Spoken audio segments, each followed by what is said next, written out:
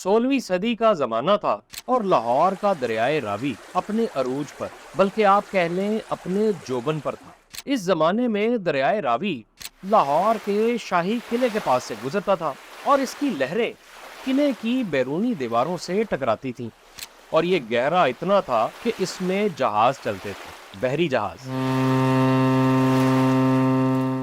دراصل یہ اکبر بادشاہ کا زمانہ تھا۔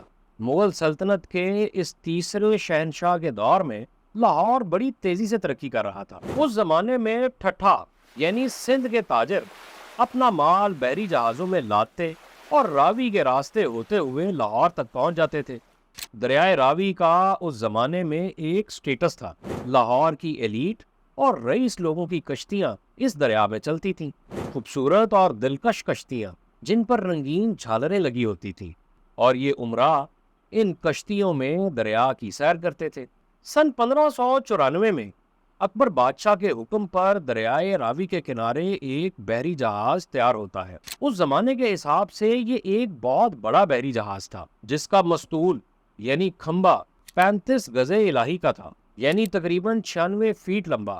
اس زمانے میں چیزوں کی پیمائش کرنے کی اکائیاں بھی کچھ مختلف تھیں۔ مثال کے طور پر گز تو ایک قدیم پیمائش کرنے کی اکائی ہے ہی، اور یہ ہندوستان اور اس کے ارد گرد کے علاقوں میں استعمال بھی ہوتی تھی، لیکن اکبر کے دور میں گز الہی کی ٹرم متعارف کروائی گئی اور اسے ہی پیمائش کی اکائی کے طور پر نافذ بھی کیا گیا۔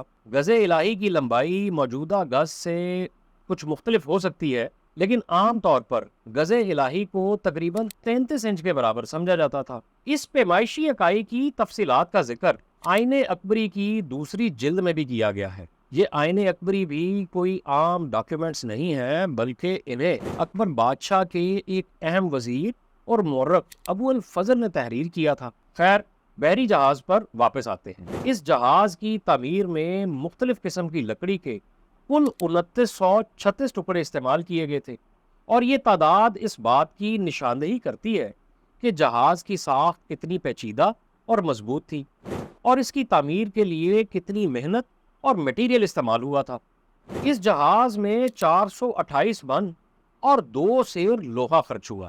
اب آپ پھر سوچ رہے ہوں گے کہ لوہے کو ماپنے کی پیمائشی اکائی تو ٹن ہے، تو اس کا جواب یہ ہے کہ اکبر کے دور میں پیمائش کے نظام کو بہتر بنانے کی کوششوں کی جا رہی تھی، جس کا مقصد یہ تھا کہ تجارت کو آرگنائز کیا جا سکے، بہتر بنایا جا سکے۔ تو اس زمانے میں ہر چیز کو ماپنے کی اکائیاں مختلف تھی۔ اب اکبر کے زمانے میں تولے کو ایک سب سے چھوٹی اکائی کے طور پر استعمال کیا جاتا تھا، جو تقریباً 11.66 گرام سے کچھ زیادہ کے برابر تھا۔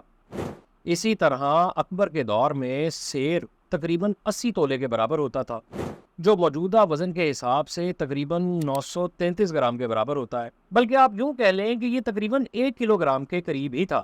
اور من ایک بڑی وزن کی اکائی تھی جو 40 سیر کے برابر ہوتا تھا۔ اسی طرح اکبر کے زمانے میں ایک من تقریباً 37 کلو کے برابر ہوتا تھا۔ اب آپ خود اندازہ لگا لیں کہ آج کے پیمائشی کھلیوں کے حساب سے اس جہاز کا وزن تقریباً 15,974 کلو گرام بنتا ہے۔ اسی طرح اس جہاز کی تیاری کے لیے 640 کارپینٹرز اور لوہار مسلسل کام کرتے رہے۔ اب مسئلہ یہ تھا کہ جہاز تو بن گیا اور تھا یہ راوی کے کنارے، تو اتنے وزنی جہاز کو دریا میں کیسے دھکیلا جائے؟ اب پھر ایک 10,000 آدمیوں پر مشتمل فوج کو بلایا گیا، جنہوں نے 10 روز تک اس جہاز کو مسلسل ہلکا ہلکا دھکیلا، اور بالآخر یہ جہاز راوی کے اندر داخل ہو گیا۔ اس جہاز کو لاہور سے لاہری بندر تک پہنچایا گیا۔ لاہری بندہ جو آج کا سندھ میں روڑی کے قریب واقع ایک علاقہ ہے۔ اب اگر راوی سے لاہری بندر کا زمینی سفر دیکھا جائے تو یہ تقریباً 1200 کلومیٹر بنتا ہے، اور دریائی راستے کا فاصلہ کچھ مختلف ہو سکتا ہے، کم بھی ہو سکتا ہے اور زیادہ بھی ہو سکتا ہے، لیکن یہ سفر تھا بہت مشکل، جس کی ایک بڑی وجہ یہ تھی کہ دریا میں پانی اس جہاز کے وزن کے حساب سے کم تھا، اس لیے جہاز کو مختلف جگہوں پر روکنا پڑا۔ بالآخر یہ جہاز روڑی تک پہنچ ہی گیا۔ اب اس زمانے میں نہ تو سائنس نے اتنی ترقی کی تھی اور نہ ہی اتنے روشن دماغ تھے کہ دریا کا زور بڑھا کر اس گزرگاہ کو جہاز رانی کے قابل بنا لیتے۔ اس لیے اس جہاز کی آمد و رفت زیادہ دیر تک جاری نہ رہ سکی۔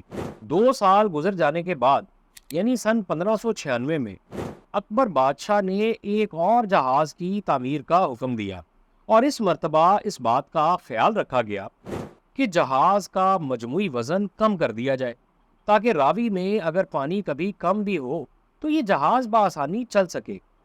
لیکن پھر بھی اس زمانے میں اس جہاز کو کافی بڑا اور مضبوط بنایا گیا۔ اس جہاز کی کیپیسٹی یہ تھی کہ یہ 15,000 من سے زیادہ کا بوجھ اٹھا سکتا تھا، اور یہ جہاز لاہور سے لہری تک بآسانی پہنچ بھی گیا۔ جہاز کا مستول حالانکہ 37 گز الہی کا تھا، یعنی پہلے والے جہاز سے بھی بڑا تھا، اور اکبر نامہ میں لکھا ہے کہ اس جہاز کی تیاری پر اس زمانے میں 6,338 روپوں کی لاگت آئی تھی۔ تاریخ بتاتی ہے کہ اس جہاز کا نام اکبری جہاز رکھا گیا تھا، لیکن اب ان جہازوں کے کوئی آثار نہیں ملتے۔ اکبر بادشاہ نے جب ٹھٹھا پر حملہ کیا تب بھی فوجی ساز و سامان بذریعہ راوی ہی ٹھٹھا کے مقام تک پہنچایا گیا تھا۔ اکبر نامہ میں بھی اس بات کا واضح طور پر ذکر موجود ہے کہ اس جنگ میں فوجیوں کے لیے 1,00,000 من غلہ، 100 بڑی توپیں اور جنگ کا دوسرا سامان راوی کے ذریعے ہی ٹھٹھا تک پہنچایا گیا تھا۔ آپ راوی کی شان و شوکت کا اندازہ اس بات سے بھی لگا سکتے ہیں کہ اس دریا میں شہنشاہ تک کشتیوں کی سیر کرتے رہے ہیں، پھر عام لوگ بھی اپنی یا کرائے کی کشتیوں پر اس دریا کی سیر کرتے ہوں گے۔ اس دریا کا راستہ اکبر کے پڑپوتے اورنگزیب عالمگیر نے ایک بند لگا کر تبدیل کیا تھا، تاکہ لاہور شہر کو دریا میں آنے والے سیلابی ریلوں سے بچایا جا سکے۔ اب یہ دریا شاہی قلعے سے 2 میل پرے ہٹ چکا ہے۔ ایک زمانے میں اس کی لہریں شاہی قلعے کے سمن برج سے ٹکراتی تھی، اور اگر کسی آدمی کو سمن برج سے نیچے گرایا جاتا تھا تو وہ سیدھا دریا میں جا گرتا تھا۔ اکبر بادشاہ نے بھی اپنے زمانے میں ایک شیخ کمال بیابانی نامی شخص کو سمن برج سے دریا میں پھینکنے کی سزا دی تھی، اور کہا تھا کہ اگر کچھ کرامت ہوئی تو یہ صحیح سلامت باہر آ جائے گا، ورنہ اپنے کیے کی سزا پائے گا۔ تقسیم کے بعد سندھ طاس جیسے معاہدوں میں بھارت کا راوی کے پانی پر مکمل کنٹرول، موسمیاتی تبدیلیوں اور مختلف وجوہات کی وجہ سے اب تو راوی مسلسل سوکھتا جا رہا ہے۔